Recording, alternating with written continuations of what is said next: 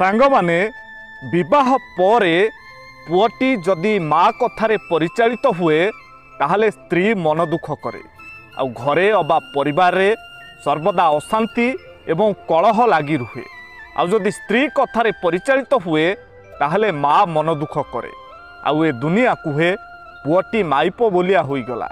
विवाह परे थरे माँ ता पुओ को पचारिला तू काहाकू बेसी भल पाऊ मते ना तो स्त्री को। एकथा शुणी पुअटी किछि समय नीरव रहिला आउ तापरे उत्तर देला कहला माँ ना मु तते बेसी भल पाए ना मो स्त्री को बेसी भल पाए।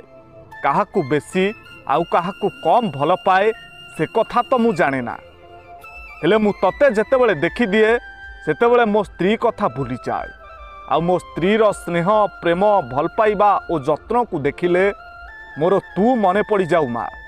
एबे तू कह माँ मु काहाकू बेसी आउ काहाकू कम भल पाए। सांग माने अन्यर भूल को धरिबा एवं ताकू समालोचना करिबा बहुत सहज किंतु निजर भूल को धरी ताकू सुधारिबा हेउछि सबुठारु बड़ कष्ट।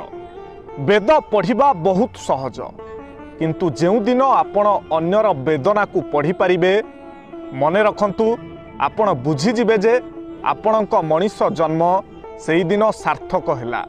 सांग माने ए स्वार्थपर दुनिया रे मिछ कहिले संपर्क भांगे नाही बरं सत कहिले संपर्क भांगी जाए।